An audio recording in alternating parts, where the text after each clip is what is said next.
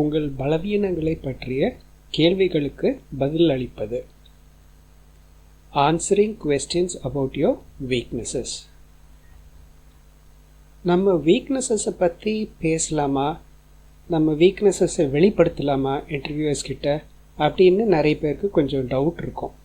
எப்படி நம்ம வீக்னஸ் பற்றிலாம் நம்ம சொல்லிட்டோன்னா அவங்க நம்மளை பற்றி என்ன நினைப்பாங்க அப்படின்ற ஒரு டவுட் இருக்கலாம். ஆனால் ஒரு நல்ல இன்டர்வியூவராக இருந்தாங்கன்னா அவங்க உங்கள் வீக்னஸஸை பற்றியும் கொஸ்டின்ஸ் கேட்கணும். எதுக்காகனா உங்கள் வீக்னஸஸை பற்றி உங்களுக்கே தெரியுதான்ட்டு அவங்களுக்கு தெரியணும். நம்ம எல்லாருக்குமே வீக்னஸஸ் இருக்கும், ஏதாவது ஒரு வீக்னஸ் இருக்கும்.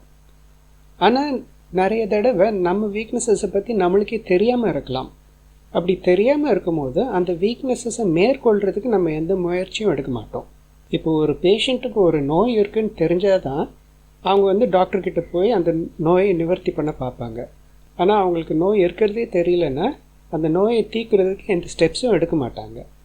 அதே மாதிரி தான் நம்மளுக்கு என்ன வீக்னஸ் இருக்குன்னு நம்மளுக்கே தெரியலன்னா அதை ஓவர் கம் பண்ணுறதுக்கு நம்ம எந்த ஸ்டெப்ஸும் எடுக்க மாட்டோம். அதனால தான் இன்டர்வியூவர்ஸ் நம்மளோட வீக்னஸ் நம்மளுக்கே தெரிஞ்சிருக்கா இல்லையான்றதை அவங்க தெரிஞ்சுக்க விரும்புவாங்க. இந்த லெசனில் இந்த வாக்கியங்கள்லாம் கொஞ்சம் லாங்கராக இருக்கும். அதாவது ஃபஸ்ட்டு நீங்கள் உங்கள் வீக்னஸ் என்னன்னு சொல்லுவீங்க. அப்புறம் செகண்ட் வாக்கியத்தில் அந்த வீக்னஸை நீங்கள் எப்படி ஓவர் கம் பண்ணுறீங்கன்றதை அதை பற்றி நீங்கள் சொல்லுவீங்க. ஸோ அந்த ஆங்கில வாக்கியங்களை நம்ம இப்போ பார்க்கலாம்.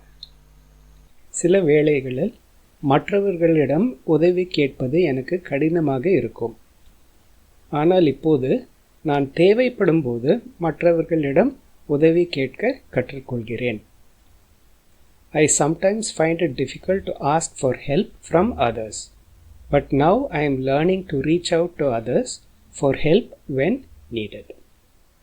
நான் உணர்ச்சி வசப்படுவதால் சில சமயங்களில் விமர்சனங்கள் என்னை பாதிக்கும். ஆனால் விமர்சனங்கள் என்னை மேம்படுத்திக் கொள்ள உதவும் என்பதை உணர்ந்த பிறகு என்னால் புண்படாமல் அதை ஏற்றுக்கொள்ள முடிகிறது.